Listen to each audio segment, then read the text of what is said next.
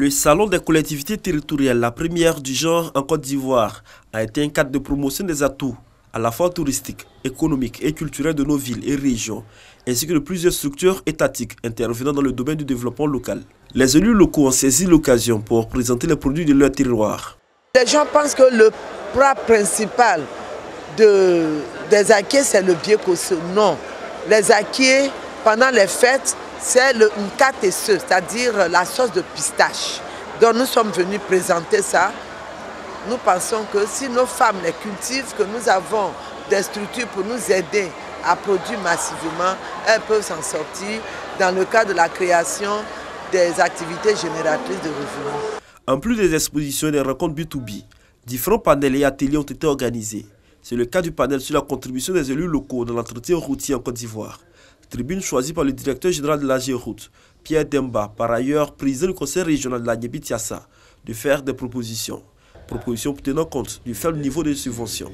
On a proposé par exemple que pour les routes tertiaires, c'est-à-dire les routes de quartier, les routes qui vont dans les habitations et dans les champs, il faut développer de nouvelles techniques. En Europe par exemple, le pavage est un moyen qui a permis d'aller très vite dans l'aménagement des routes. Et ici, je pense que ça peut créer beaucoup d'emplois. Ça peut également être réduit le coût de construction des routes.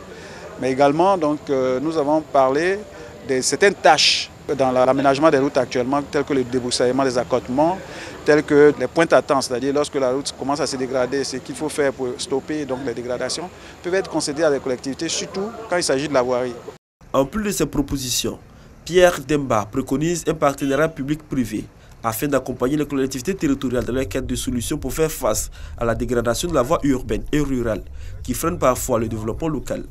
Pour lui, l'appui de la diaspora serait une solution afin d'accompagner le développement des terroirs. Une délégation composée des 3 plus grands opérateurs économiques du secteur du tourisme et d'hommes de médias. Ces Brésiliens à la découverte de la basilique Notre-Dame de la Paix de Yamoussoukro, le plus grand et plus haut édifice religieux catholique au monde. Le coût de l'œuvre, ses recoins et la durée de sa construction expliqués, puis cap à Sutano-Sakassou, région de Gbeke, à la rencontre des potiers. Atelier de fabrication, fours et salles d'exposition au crible de ces visiteurs venus comprendre le savoir-faire des artisans. Au Brésil, nous avons plusieurs coopératives de ce genre aussi qui fonctionnent bien, surtout au nord. À Bomizambo, c'est avec le Goli que le peuple Bomi accueille la délégation brésilienne et fait de son chef autorité traditionnelle avec pour nom Nanakonan pour marquer le jour de la visite. Le tissage et autres richesses de ce terroir expliquées. Je me rends compte de la richesse de la culture de ce village, de la Côte d'Ivoire, en un mot, et nous sommes très proches. Nous sentons, nous Brésiliens, très proches de cette culture et nous allons faire en sorte que le Brésil, l'Amérique latine et tout le monde entier aient connaissance de cette culture parce que en matière de tourisme, c'est ce qui se vend le mieux au monde. Cette visite s'inscrit dans un plan d'action global du ministère du Tourisme qui s'appelle Sublime Côte d'Ivoire, qui s'adresse aux hommes d'affaires. Il y a des puissants hommes d'affaires qui sont avec nous, qui peuvent à la longue investir, mais ce sont aussi des grands voyagistes, c'est eux qui vont drainer les visiteurs vers notre pays. Découvrir pour y investir ou promouvoir au Brésil les atouts touristiques ivoiriens, cette prospection brésilienne dénommée Educatour s'inscrit dans le cadre de la promotion de la destination Côte d'Ivoire.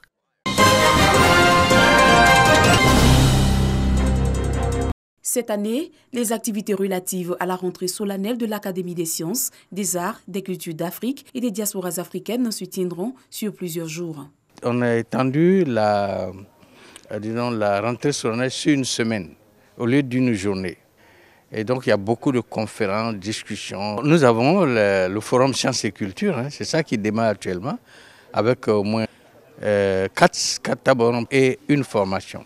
D'autres innovations sont aussi annoncées. L'ASCAT s'est mis en partenariat avec d'autres groupes de production de savoir, comme les ingénieurs, les artistes, les journalistes, tout le monde. Et on a des partenariats et ce sont ces groupes de travail-là qui animent le forum Sciences et Culture. En marge de cette cérémonie, une conférence autour du thème « Aliments et boissons aux frontières des croyances populaires et des sciences ». Selon le conférencier Joachim Agbrofi, la parole aurait un impact positif ou négatif sur un sujet selon l'usage que l'on en fait. Cette rencontre était aussi un cadre d'échange d'expériences entre étudiants et sachants.